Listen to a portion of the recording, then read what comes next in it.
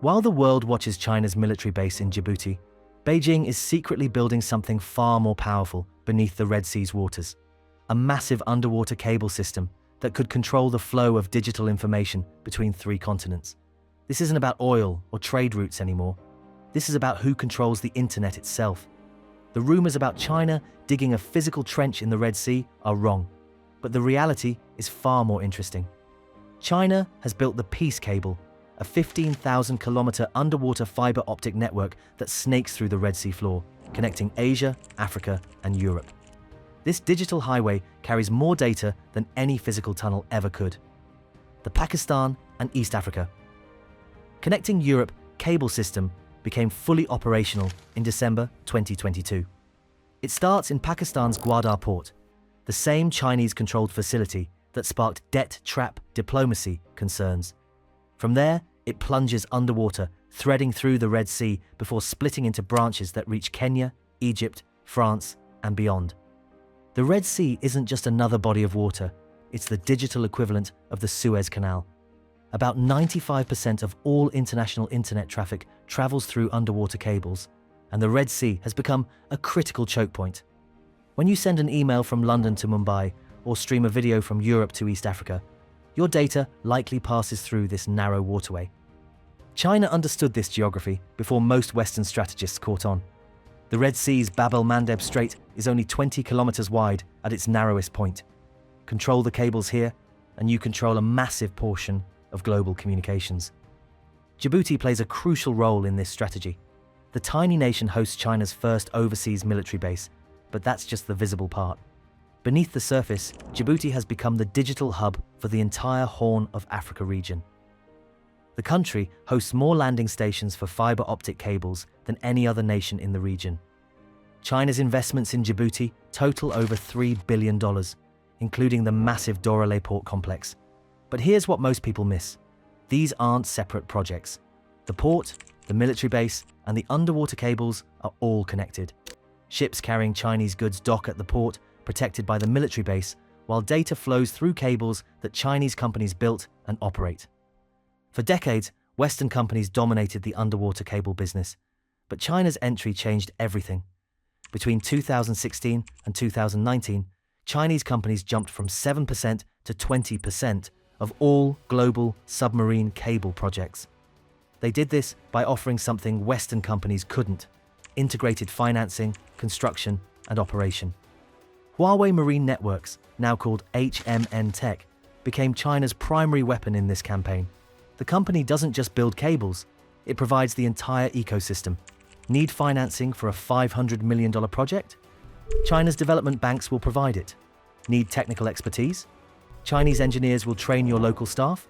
Need ongoing maintenance? Chinese ships will handle repairs. This integrated approach proved irresistible to African governments. Kenya, Somalia, and Djibouti all signed deals with Chinese companies because no Western firm offered comparable packages. The result? China now controls critical digital infrastructure across East Africa.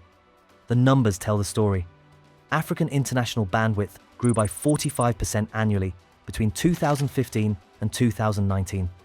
This explosion in connectivity created opportunities for Chinese companies to embed themselves in Africa's digital economy. Today, about 70% of Africa's ICT infrastructure is built by Chinese companies.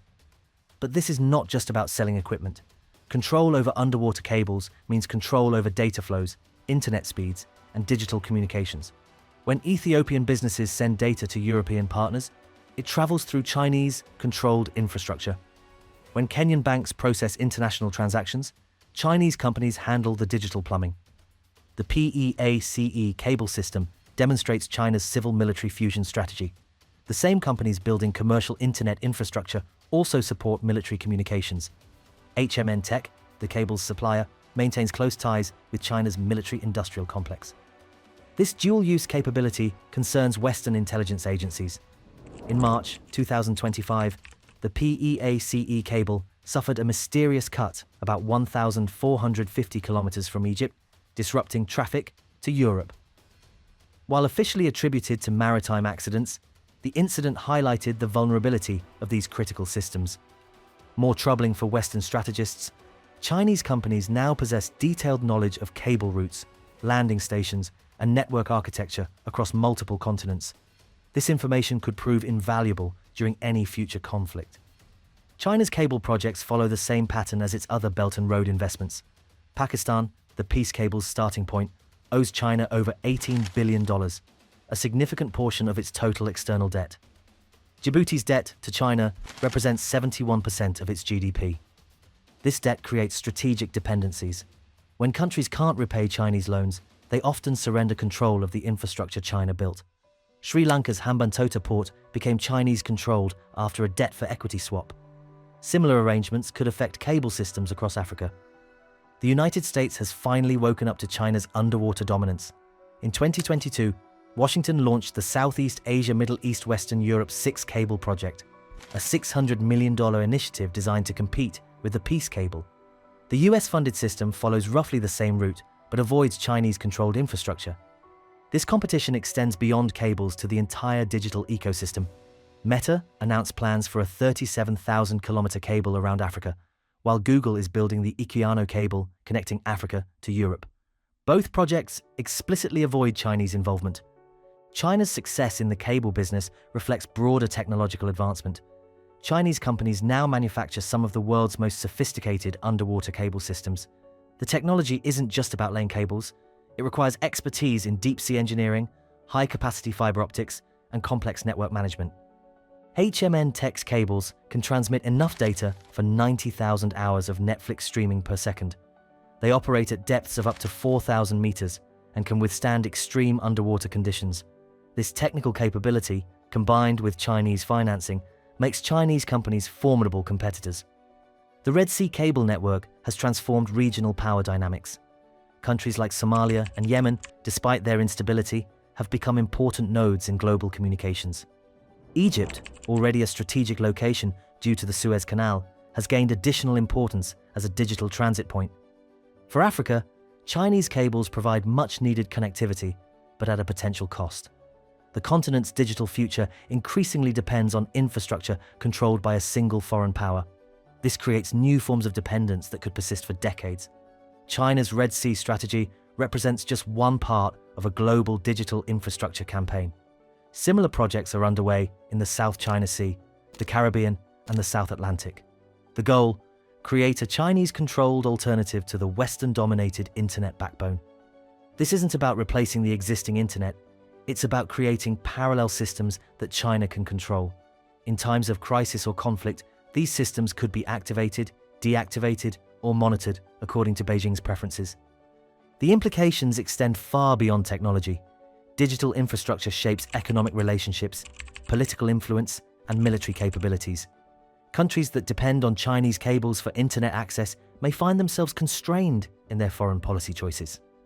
While China has gained tactical advantages through its cable investments, the strategy may contain strategic risks. By making other countries dependent on Chinese infrastructure, Beijing has also made itself a target. The more countries rely on Chinese cables, the more likely they are to seek alternatives if tensions escalate. Western governments are already restricting Chinese involvement in new cable projects. The EU has introduced new security requirements that effectively exclude Chinese companies from sensitive projects. Similar restrictions are spreading to other regions. But China's dominance isn't easily reversed. Underwater cables have operational lifespans of 25 years or more. Countries that accepted Chinese financing for cable projects in the 2010s and 2020s will depend on Chinese-controlled infrastructure until the 2040s or beyond. What makes China's cable strategy particularly concerning for Western intelligence agencies is the potential for surveillance and data collection. Chinese companies that build and maintain these cables have intimate knowledge of their technical specifications, routing patterns, and security vulnerabilities.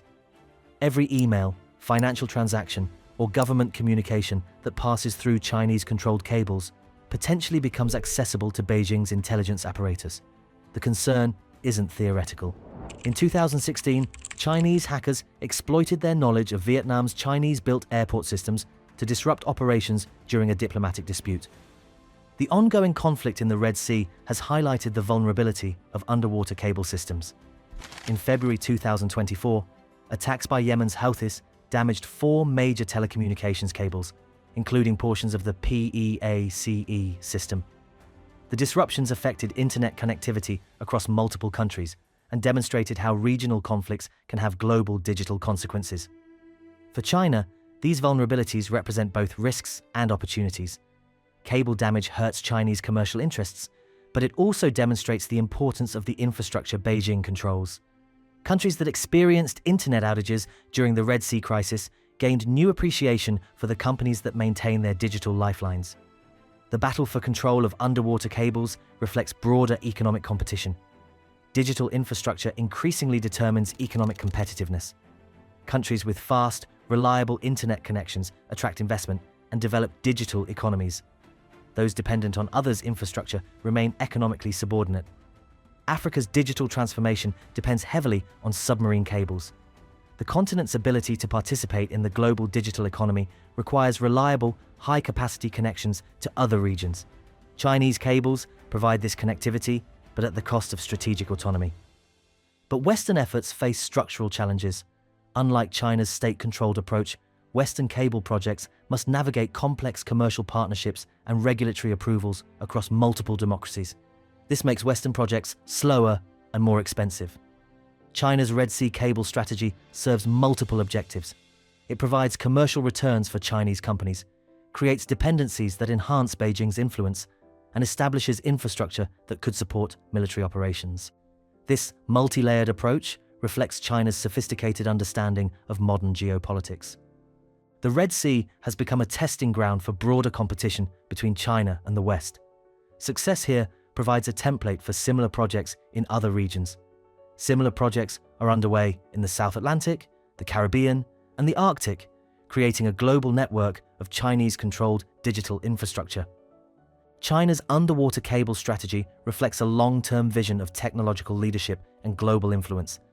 The goal isn't just to compete with Western companies, it's to create a Chinese-dominated alternative to the Western-built internet infrastructure that has defined the digital age. This vision extends beyond cables to include the entire digital ecosystem. Chinese companies are building data centers, cloud computing platforms, and artificial intelligence systems that integrate with cable networks. The result is a comprehensive technological ecosystem that could support Chinese global leadership for decades. The next time you stream a video or send an email, remember that your data might be traveling through Chinese-controlled cables beneath the Red Sea. While the world focuses on visible symbols of Chinese power, military bases, ports, and factories, the real transformation is happening in the hidden infrastructure that connects our digital world. The battle for the Red Sea isn't about oil or shipping lanes anymore. It's about information itself, who controls it, who can access it, and who can turn it off. China may not be digging a physical trench, but it's building something far more powerful, a digital empire that stretches beneath the waves, connecting 3 continents under Beijing's influence. And unlike military bases or trade agreements, underwater cables are nearly impossible to see, monitor, or quickly replace. They represent the perfect infrastructure for a new kind of global power, one that operates in the shadows, 4,000 meters below the surface, carrying the digital lifeblood of the modern world through Chinese-controlled networks. Let us know what you think about that in the comments section below, and make sure to watch the next video shown on screen if you liked that one.